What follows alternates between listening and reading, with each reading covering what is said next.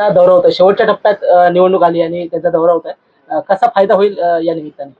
नाही, 100% शिंदे साहेब जेव्हा जेव्हा जिल्ह्यात येतात त्यांच्या सभेचा फायदाच महायुतीला होतो.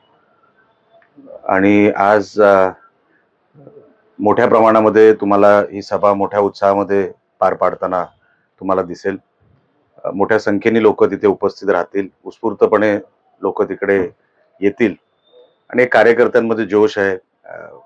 शिंदे साहेबांचा एक क्रेज आहे महाराष्ट्रामध्ये आणि नक्की त्या सगळ्या विषयांचा फायदा महायुतीच्या या सगळ्या उमेदवारांना होईल. जिल्हा परिषद पंचायत समितीला माझ्या मनामध्ये खात्री आहे. साहेब, अर्थसंकल्पात एक महत्वाची तरतूद झाली आहे. कोल्हापूर वैभववाडी हा रेल्वे मार्ग 2027 पर्यंत पूर्ण करण्याचं काल नितीश साहेबांनी सांगितलेलं आहे. कसं पाहता आपण याकडे? त्यांचं मनापासून अभिनंदन आहे. पालकमंत्री नितेश राणे यांनी अनेक वर्षांपासून हा पाठपुरावा सातत्याने चालू ठेवला, त्याला यश मिळालं. त्याबद्दल त्यांचं मनापासून कौतुक आणि अभिनंदन. आता असे पॅरलल रस्ते माझ्या मतदारसंघातही 2 प्रस्तावित आहेत, सावंतवाडी मतदारसंघातही आहेत. आता हे सगळं आम्हाला टप्प्याटप्प्याने मिळावं याच्यासाठी पाठपुरावा आमचाही चालू आहे.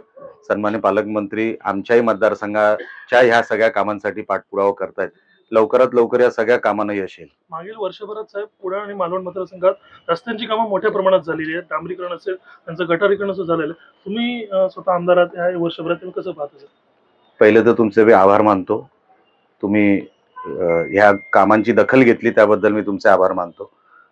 माझा जो काही निवडणुकीला शब्द होता किंवा जे मी कमिटमेंट लोकांना दिलं होतं की मागच्या 10 वर्षाचा जो बॅकलॉग आहे तो मला भरून काढायचा आहे आणि रस्त्यांचं जे जाळं आहे, रस्त्यांचा जो आराखडा आहे आणि विकास कामांचा जो काही बॅकलॉग आहे तो मला भरून काढायचा असल्यामुळे सातत्याने मंत्रालय स्तरावर पाठपुरावा जिल्ह्याच्या प्रशासनाबरोबर डीपीडीसी असेल, डीपीओ असतील, कलेक्टर असतील, त्यांच्यासोबत आमच्या मीटिंग आणि सर्व स्तरावर आम्हाला सकारात्मक प्रतिसाद मिळाल्यामुळे महायुतीचं सरकार पैशाने कुठेच कुठल्या आमदाराला कमी पडत नाही आणि मोठं योगदान सन्मान्य शिंदे साहेबांचं आहे, सन्मान्य फडणवीस साहेबांचं आहे. अजितदादा होते, अजितदादांनी खूप मोठ्या प्रमाणामध्ये पैसा मला दिला. मी सगळ्यांचे आभार मानतो, पण अजून हे काम संपलंय असं मला हे म्हणण्याचं कारण नाही. अजून भरपूर कामं करायची आहेत. एका वर्षामध्ये जर आपण हे सगळं करू शकतो म्हणजे एक फार मोठी स्पेस अजून शिल्लक राहिलेली आहे, ती भरून काढायची आहे. ती येणाऱ्या 4 वर्षात मी भरून काढायचा 100% प्रयत्न करेन. संजय राऊतांनी काल एक वक्तव्य केलंय. त्यांनी असं म्हटलंय की अजितदादांचा पक्ष हा पवार आणि पाटीलांचा राहिला नाही, तो आता गुलाम झालाय अमित शहाचा, असं म्हटलंय. मी का उत्तर देऊ अशा व्यक्तीच्या स्टेटमेंटला? माणूस आता गेलाय म्हणजे अजितदादा आता जेमतेम काहीतरी 3-4 दिवस झाले, त्यावर तरी राजकारण करू नका. त्यांच्या आत्म्याला जरा शांती मिळू द्या. हे सगळे विषय नंतर बोलता येत नाही का? काय घाई लागली तुम्हाला? कुठले तर्क लावताय तुम्ही? काय संबंध आहे अमित शहा साहेबांचा आणि पवार साहेबांच्या पक्षाचा? अहो, त्यांची अवस्था बघा घराची. मी त्यांच्या घरात जाऊन आलो. तेवढं हे दाखवलं नाही, माणुसकी दाखवली नाही संजय राऊतांनी. अजितदादांच्या घरी जायची किंवा जिथे अंत्यविधी होत होता तिकडे जायची. मी घरात जाऊन आलोय साहेब. काय अवस्था आहे ना त्या घराची, जाऊन त्यांनी बघून यावी आणि मग टीका करावी. अहो, सगळीकडे राजकारण. काहीतरी भान ठेवा. आपण माणूस आहोत अगोदर, मग कोण राजकारणी आहे, मग कोण खेळाडू आहे. सगळीकडे राजकारण बरोबर नाही आणि एवढा नीचपणा राजकारणामध्ये पण बरोबर नाही. कुठेतरी स्तर असला पाहिजे राजकारणाला, कुठेतरी मर्यादा असल्या पाहिजे. माणूस गेलाय हो, करता माणूस घरातला गेलाय. आपण काय बोलतोय जरा तरी भान ठेवा.